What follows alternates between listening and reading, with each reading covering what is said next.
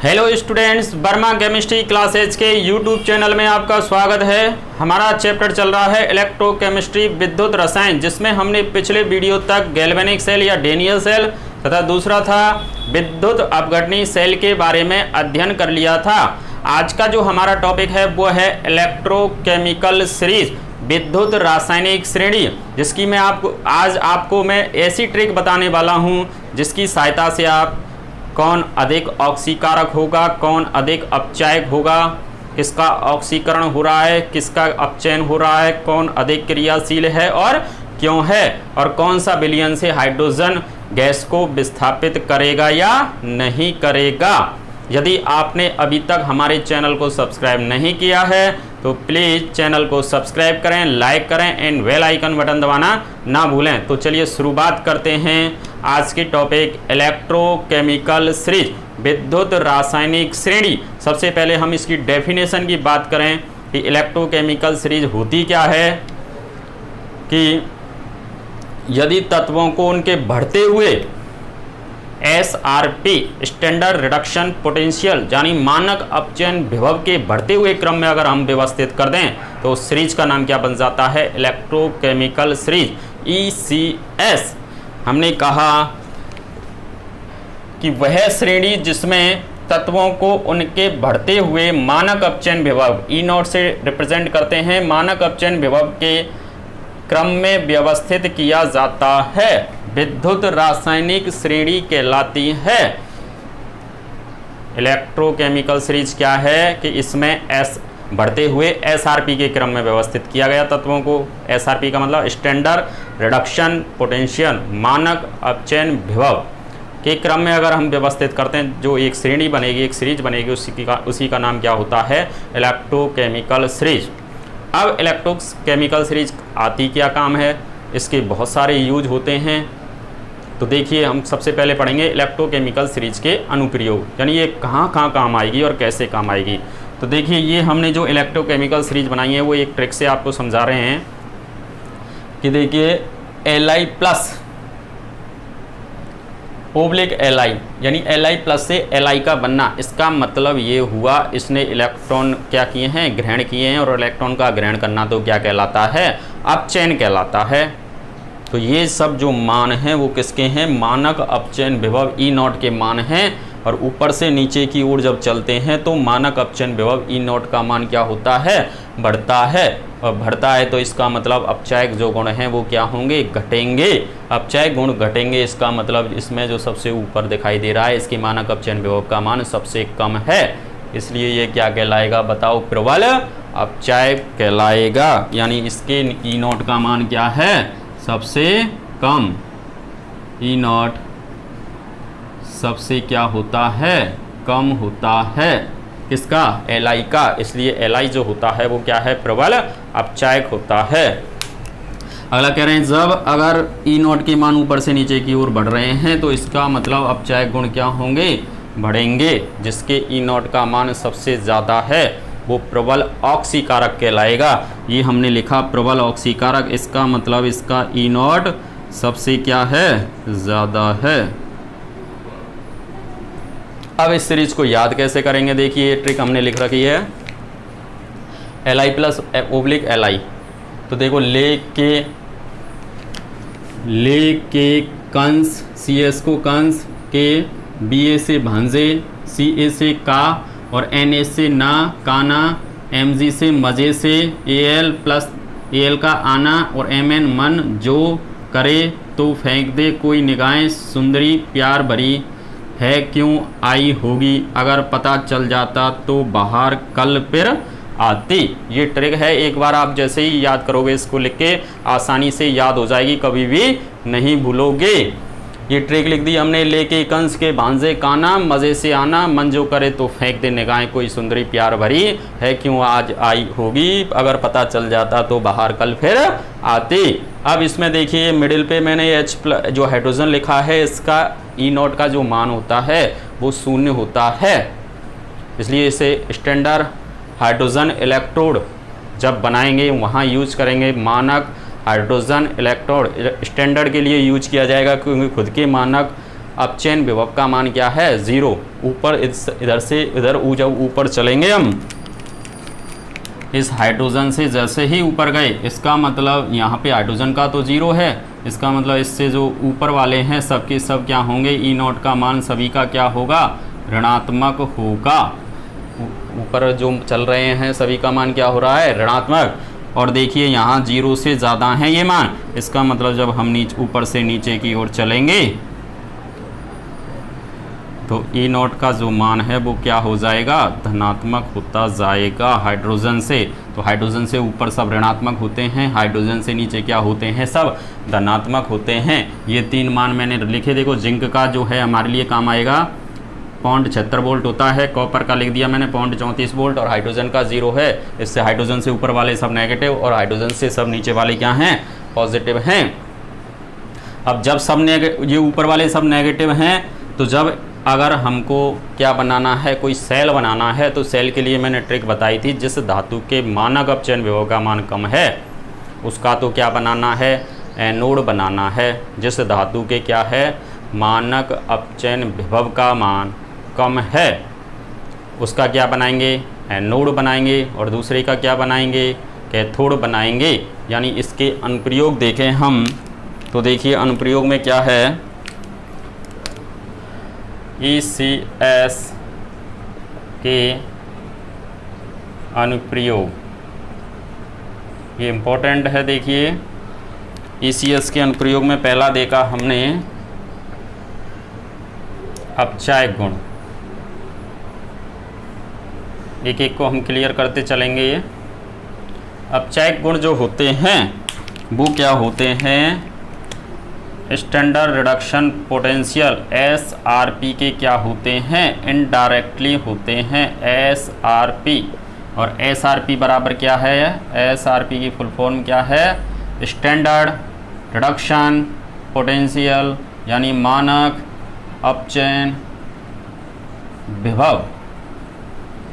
ये कह दें इसको हम किससे रिप्रेजेंट आता है, वो E0 से। तो SRP लिख रहे हैं हम यहाँ पर शॉर्ट में, इसका मतलब क्या है, मानक अपचयन विभव। तो मानक अपचयन जो विभव है, स्टैंडर्ड रिडक्शन पोटेंशियल, अपचायक जो गुण होते हैं वो उसके क्या होते हैं, व्युत्क्रमणपाती होते हैं। देखिए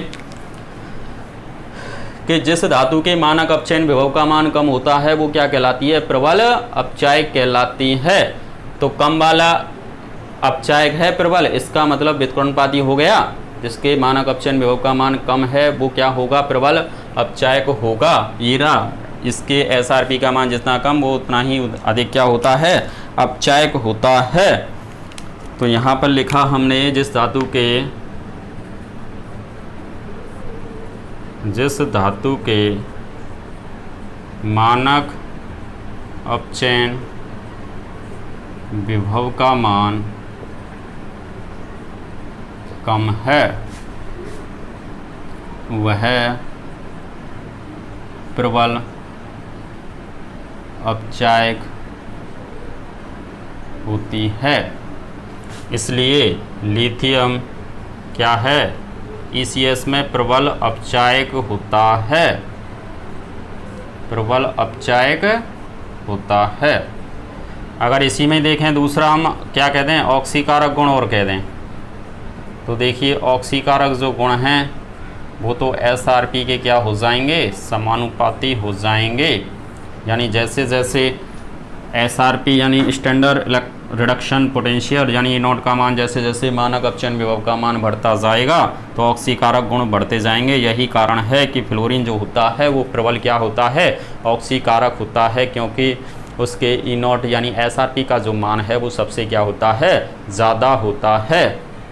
तो हमने कहा इसलिए F2 फ्लोरीन जो है सबसे प्रबल ऑक्सीकारक होता है। F2 क्या है, प्रबल ऑक्सीकारक है।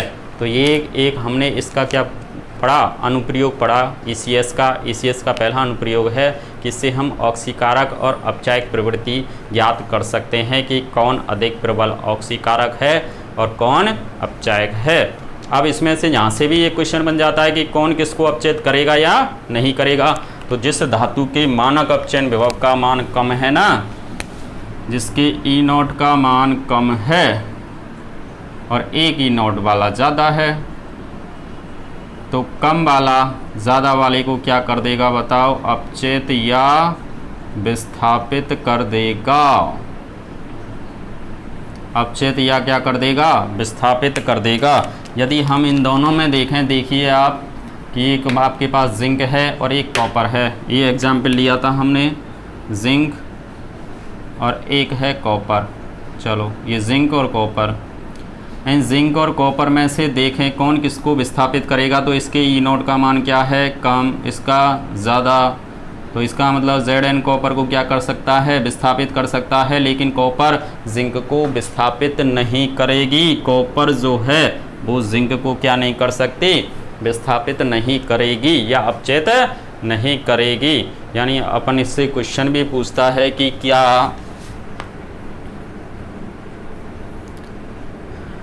कॉपर सल्फेट को, क्या कॉपर सल्फेट को जिंक के पात्र में रखा जा सकता है या नहीं। तो देखिए जिंक को, कॉपर सल्फेट को जिंक के पात्र में रख रहे हैं, तो जिंक के मानक अपचयन विभव का मान तो कम है और कॉपर के का क्या है, ज़्यादा। तो ज़्यादा वाले को तो कम में नहीं रख सकते, कम वाले को किस में रख सकते हैं हम, ज़्यादा में। आप ऐसे याद रख लो कि छोटा पात्र है, एक बड़ा पात्र है, तो छोटे पात्र को तो बड़े में रख सकते हैं हम, और बड़े को किस में नहीं रख सकते, छोटे में नहीं रख सकते। तो वो यही तो कह रहा है कि कॉपर सल्फेट है, यानी ये कॉपर है, कॉपर और जिंक। तो क्वेश्चन ये कह रहा है हमसे, यहाँ क्वेश्चन देखा हमने जैसे कि ये तो एक हमने बनाया किसका, जिंक का पात्र है, और एक बार हमने कॉपर का बनाया। अब देखो हमने अगर इसमें जिंक के पात्र में अगर कॉपर सल्फेट को मैं रखना चाहूँ तो नहीं रख सकते, क्योंकि कॉपर सल्फेट के E0 का मान क्या है, इसका ज़्यादा E0 है, और इसका E0 क्या है, कम। तो ज़्यादा वाले को किस में नहीं रख सकते हम, कम में नहीं रख सकते। लेकिन अगर हमने क्या किया कि ये जो है कॉपर और यहाँ से क्या रख रहे हैं हम, ZnSO4, तो ईजिली रख देंगे, क्योंकि जिंक के मानक अपचयन विभव का मान क्या है, कम, और कॉपर का क्या है, ज़्यादा। तो इसलिए हम किसको किस में नहीं रख सकते बताओ, जिंक के पात्र में तो कॉपर सल्फेट को नहीं रखेंगे, लेकिन जिंक सल्फेट को किस में रख सकते हैं हम, कॉपर के पात्र में रखा जा सकता है। ये ECS का दूसरा अनुप्रयोग देखें हम। दूसरा अनुप्रयोग क्या है, क्रियाशीलता यानी रिएक्टिविटी। अब रिएक्टिविटी भी इंपॉर्टेंट टॉपिक है, क्योंकि इसमें अक्सर करके आप इससे गलती हो जाती है। रिएक्टिविटी में आपके लिए क्या याद रखना है कि धातु और अधातु जो होती हैं उनके लिए, दोनों के लिए अलग अलग क्या होता है, क्रियाशीलता का ऑर्डर होता है। तो वो आपको कैसे याद रखना है, देखिए दूसरा अनुप्रयोग देखें हम ECS का, वो क्या है, क्रियाशीलता। क्रियाशीलता में देखिए कि धातुओं की क्रियाशीलता देखें हम इसमें पहले, धातुओं की क्रियाशीलता। तो धातुओं की क्रियाशीलता देखिए जो SRP की क्या होती है, व्युत्क्रमणपाती होती है। जिस धातु के मानक अपचयन विभव का मान कम होगा ना, वो अधिक क्रियाशील होगी। इसका मतलब ये हुआ, जब धातुओं की बात करेंगे केवल, तो ये धातु हैं, इन धातुओं में देखें तो जैसे Li है, Li के तो मानक अपचयन विभव का मान सभी धातुओं में क्या है, सबसे कम है। इसका मतलब ये सबसे अधिक क्या हो जाएगी, इसमें क्रियाशील हो जाएगी। केवल किसकी कहा है हमने, धातु की। धातुओं में ये क्या होगी, सबसे अधिक क्रियाशील। अब जब आप गैल्वेनीकरण करते हो, गैल्वेनीकरण अभिक्रिया या सदलेपन, तो क्या होता है, लोहे को जैसे बात करें हम, लोहे को जंग से बचाने के लिए उस पर जस्ते या जिंक की परत चढ़ा दी जाती है। इस क्रिया का नाम क्या होता है, गैल्वेनीकरण। तो देखिए लोहा और ये जिंक, तो देखिए जिंक Fe और Zn+2 में से देखें तो अधिक सक्रिय धातु या क्रियाशील धातु कौन सी है, जिंक, क्योंकि इसके मानक अपचयन विभव का मान Fe की तुलना में कम है, जिंक का कम है। तो कम है तो अधिक सक्रिय या अधिक क्रियाशील कौन हो गई, जिंक हो गई। तो जिंक की परत हमने किस पर चढ़ा दी, लोहे पर चढ़ा दी। तो जो अधिक क्रियाशील है वो उसको क्या होगी, जंग लगने से क्या करेगी, बचाएगी। तो परत भी अगर आपसे छड़ाने की कह रहा है तो किसकी छड़ाई जाती है? अधिक सक्रिय अधिक क्रियाशील धातु की परत छड़ाई जाती है धातुओं को जंग से बचाने के लिए। यह क्रिया क्या कहलाती है? जब स्पेशल जब बात करते हैं लोहे पर जिंक की परत छड़ा दी जाती है तो वो क्रिया क्या कहलाती है? गैल्वेनीकरण। अब इस आधार पर देखें, हमने कहा था कि ये एसआरपी जिसका कम वो धातु अधिक क्रियाशील, चूंकि इसलिए क्या होगा? चूंकि एसआरपी लिथियम का सबसे क्या होता है? कम होता है, इसलिए एलआई अधिक क्या होती है? क्रियाशील होती है। अधिक क्या है? क्रियाशील। लेकिन ये अवश्य याद रखना है आपको, किसमें? धातुओं में। अब देखिए अधातुओं के लिए बात करें हम, तो अधातुओं में देखिए दूसरा क्या कहता है अधातुओं में कि अधातुओं की क्रियाशीलता,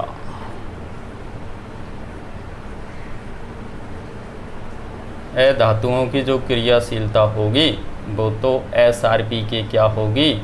समानुपाती होगी। अधातुओं के लिए अलग बात है और धातुओं के लिए अलग बात है। तो अधातुओं में देखें फ्लोरीन, क्लोरीन, ब्रोमीन, आयोडीन, ये क्या हैं? अधातु हैं। तो फ्लोरीन के मानक अपचयन विभव एसआरपी का मान सबसे क्या है? ज़्यादा है। अब ज़्यादा है तो इसका मतलब ये हुआ ये अधिक क्या हो जाएगी? क्रियाशील हो जाएगी। इसलिए हम कह दें F2 जो है सबसे अधिक क्रियाशील होती है। सबसे अधिक क्रियाशील है, लेकिन सबसे अधिक भी किस में है बताओ? ये अधातुओं की बात कर रहे हैं। तो हम पहला हमने ECS का अनुप्रयोग पढ़ा था, उसमें देखा कि कौन अधिक ऑक्सीकारक होगा, कौन अधिक अपचायक होगा। दूसरा हमने कहा क्रियाशीलता। अगला तीसरा जो पॉइंट देखें अपन, इसमें तीसरा पॉइंट क्या कहता है कि विलयन में से धातु विस्थापित, धातु कहते हैं या अधातु कि विस्थापित होगी या नहीं होगी। जो हमने अभी बताया था आपको, उसमें क्या था कि अधिक क्रियाशील जो धातु है या अधातु है वो कम क्रियाशील धातु को क्या कर देगी? विस्थापित कर देगी। जैसे हम बात करें AgNO3 है, AgNO3 पे अगर हमने कॉपर की रिएक्शन कराई तो ये बन गया CuNO3 का होल थ्राइस प्लस Ag। ये जो कॉपर और Ag इन दोनों में देखो आप, ये कॉपर और ये Ag दोनों धातु हैं, दोनों धातु हैं। धातु इसमें तो क्या है पॉइंट हमने यही लिखा है कि धातु या अधातु अधिक क्रियाशील धातु हो चाहे अधातु हो, वो कम क्रियाशील धातु या अधातु को क्या कर देगी? विस्थापित कर देगी। दोबारा सुन लीजिए इस लाइन को कि अधिक क्रियाशील धातु या अधातु कम क्रियाशील धातु या अधातु को क्या कर देती है? विस्थापित कर देगी। तो देखिए इन दोनों में देख रहे हैं हम कॉपर और Ag, इन दोनों में से दोनों के दोनों धातु हैं। इन दोनों में से देखिए अधिक क्रियाशील कौन सी है? जिसके मानक अपचयन विभव का मान क्या है? कम। इन दोनों में देखें कॉपर के मानक अपचयन विभव का मान कम है, धातु है, और जिसका कम होता है धातु में तो वो अधिक क्या होती है? क्रियाशील होती है। तो यानी ये कॉपर इस Ag को क्या कर देगी? विस्थापित कर देगी, लेकिन Ag कॉपर को विस्थापित नहीं करेगी। तो देखिए हमने क्या कहा, ये विस्थापित कर दिया इस कॉपर ने क्या कर दिया? इसको विस्थापित कर दिया, हटा दिया से। लेकिन अगर इस रिएक्शन को हम ऐसे करें कि यहाँ पर ले लें हम कॉपर सल्फेट, और कॉपर सल्फेट पे अगर किसकी रिएक्शन कराएं हम? Ag की रिएक्शन कराएं, तो देखिए ये Ag इस कॉपर को विस्थापित नहीं करेगी, यानी रिएक्शन नहीं होगी, रिएक्शन नहीं होगी। अगला देखें हम, यदि इस एग्जाम्पल को हम ऐसे भी कह सकते थे कि कॉपर नाइट्रेट ले सकते थे यहाँ पर, और इस पर किसकी रिएक्शन कराई? Ag की, तो क्या होगा? नहीं होगी, नहीं होगी भाई, ध्यान आ गया ना। ऐसे ही इसमें एक अधातु वाला एग्जाम्पल भी देखें हम कि देखिए अधातु में देखिए क्या होगा कि आपके पास में एक तो है KCl और एक है Ki। इन दोनों पे KCl वाले पे हमने आयोडीन की रिएक्शन कराई और इस पर कराई Cl2 पे। अब देखो विस्थापित करेगी या नहीं करेगी, यानी रिएक्शन होगी कि नहीं होगी। तो देखिए इसकी रिएक्शन होगी कि नहीं होगी KCl वाले में, ये K। अब देखिए KCl और ये Cl है और यहाँ पे क्या है आयोडीन, अधातु हैं दोनों, ये Cl और ये आयोडीन। तो ए धातु में से जिसके मानक अपचयन विभव का मान ज़्यादा होता है वो अधिक क्रियाशील होती है, यानी Cl अधिक क्रियाशील है किसकी तुलना में, आयोडीन की में। तो Cl जो है वो आयोडीन को विस्थापित कर देगी, लेकिन आयोडीन किसको नहीं विस्थापित कर पाएगी बताओ, Cl को। तो Cl इसको कर रही है आयोडीन को, तो देखो Cl ये वाली रिएक्शन तो पॉसिबल हो जाएगी, यानी कि ये तो क्या कर देगी बताओ, KCl बना देगी और प्लस I2 बन गया, कोई दिक्कत नहीं है, बैलेंस कर लेंगे उसी हिसाब से। अब देखिए अगर यहाँ पे देखें अपन इस वाले को, देखो आयोडीन की इस पे करा रहे हैं, तो आयोडीन के तो क्या है जो मानक अपचयन विभव है वो क्या है, इन दोनों में से कम है आयोडीन का, किससे, क्लोरीन से। और ए धातु है, ए धातु में तो ज़्यादा वाला कम वाली को क्या करता है, विस्थापित करता है। तो ये रिएक्शन पॉसिबल नहीं होगी, क्योंकि आयोडीन के मानक अपचयन विभव का मान कम है। तो धातुओं के लिए ये सिस्टम अलग होता है और ए धातुओं के लिए सिस्टम अलग होता है। दोनों बात अलग अलग ध्यान रखनी है, क्रियाशीलता और ये धातु विस्थापन में। अब देखिए चौथा पॉइंट देखें हम इसमें कि कुछ धातु ऐसी होती हैं, यानी हाइड्रोजन से ऊपर जो धातुएं हैं वो तनु अम्लों से क्रिया करके क्या निकालती हैं, हाइड्रोजन गैस निकालती हैं। कौन है, हाइड्रोजन से ऊपर वाली, इसका मतलब जिनके मानक अपचयन विभव का मान क्या है, नेगेटिव में, वो तनु अम्लों से अगर रिएक्शन करेंगी तो क्या निकालेंगी, हाइड्रोजन गैस। अगर इन नीचे वाली की रिएक्शन हम कराएं तो क्या होगा, हाइड्रोजन गैस विस्थापित नहीं होगी। यानी एग्जाम्पल की जैसे बात करें हम, तो जैसे जिंक है, इस पर हमने तनु अम्ल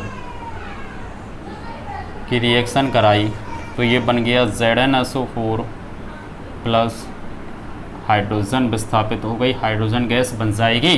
क्यों बन जाएगी, क्योंकि जिंक के मानक अपचयन विभव E0 का मान क्या है, कम है, किससे, हाइड्रोजन की तुलना में। हाइड्रोजन का 0.0 होता है और इसका क्या होता है, ऋणात्मक है।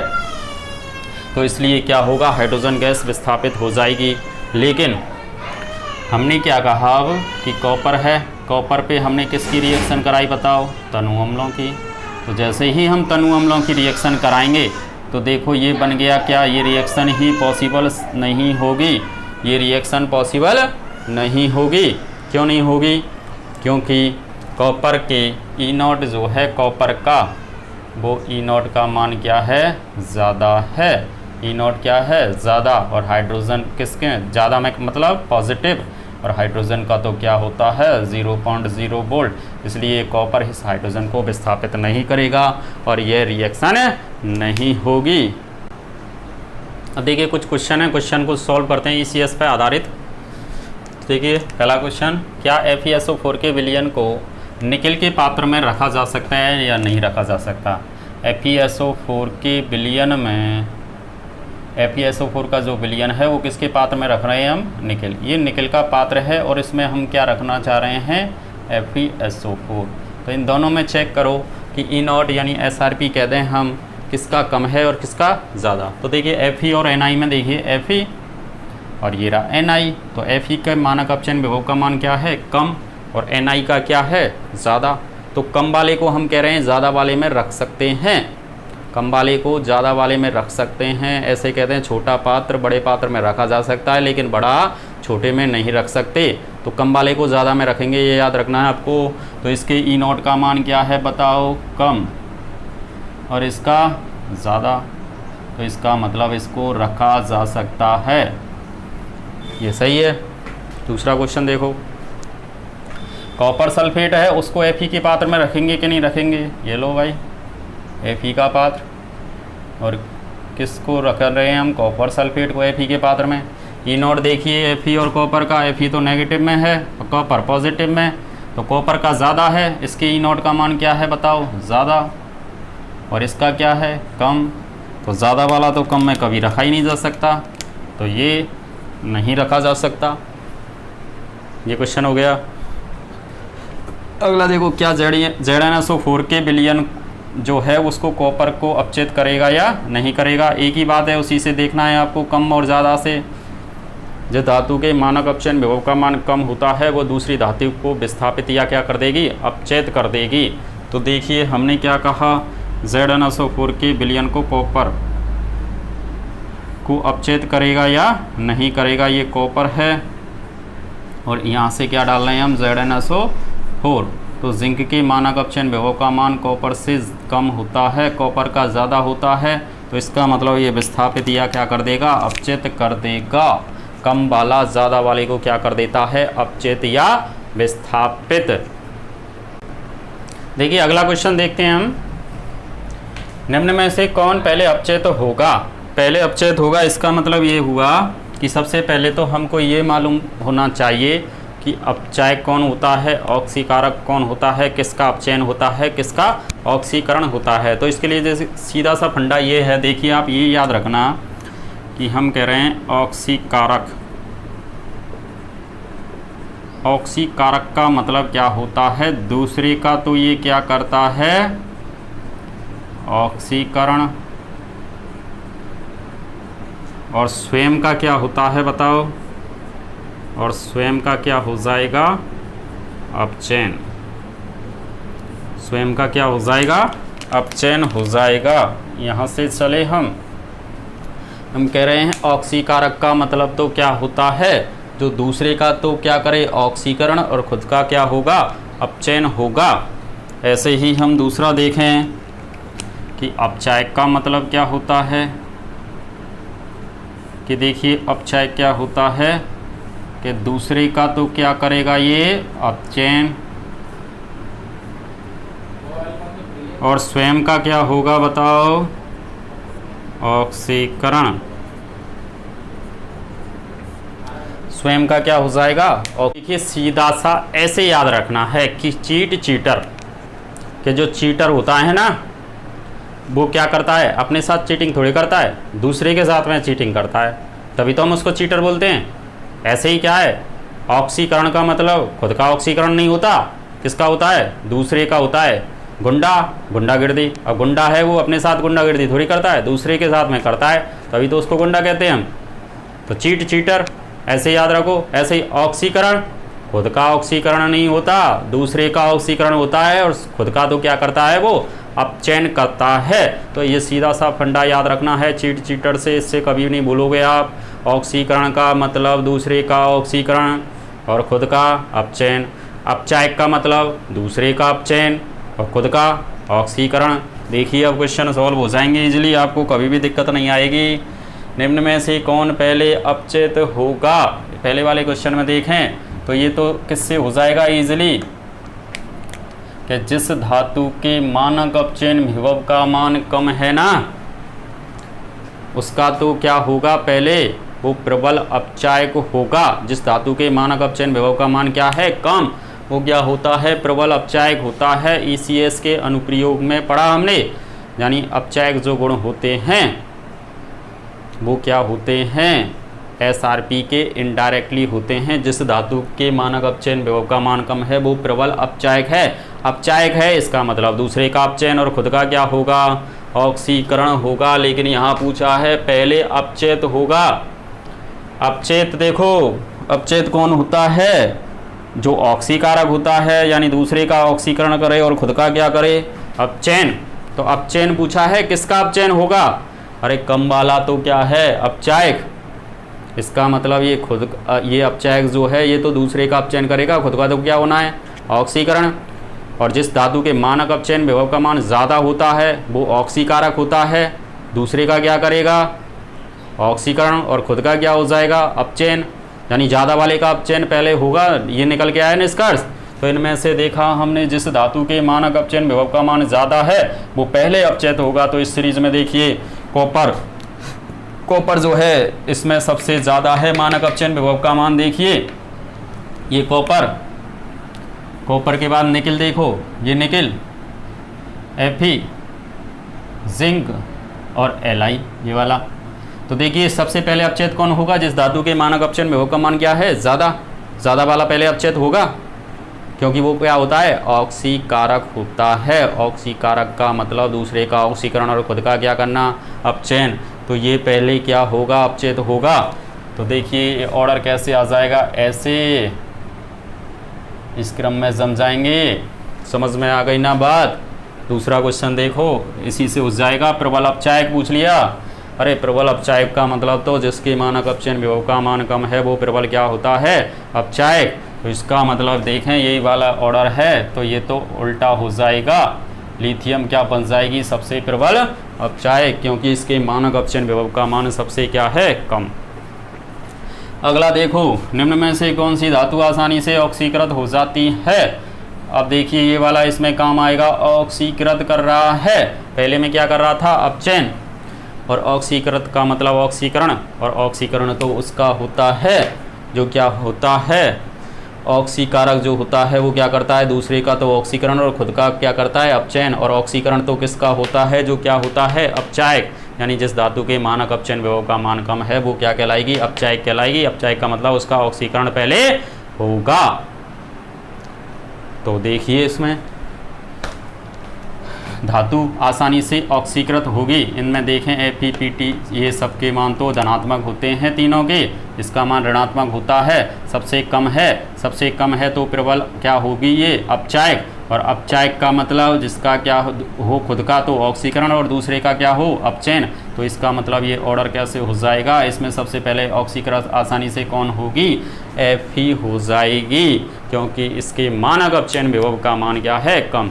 तो इस ट्रिक के आधार पर ये ट्रिक बताई हमने। ये क्वेश्चनों के लिए आप ये ध्यान रखना सीधा सा, और कभी भी इस प्रकार का क्वेश्चन आपको गलत नहीं होगा, बोर्ड एग्ज़ाम में भी नहीं होगा, ना ही कॉम्पिटिटिव एग्ज़ाम जब आप दोगे तो ना ही कभी भी कॉम्पिटिटिव एग्ज़ाम में गलत होने वाला है।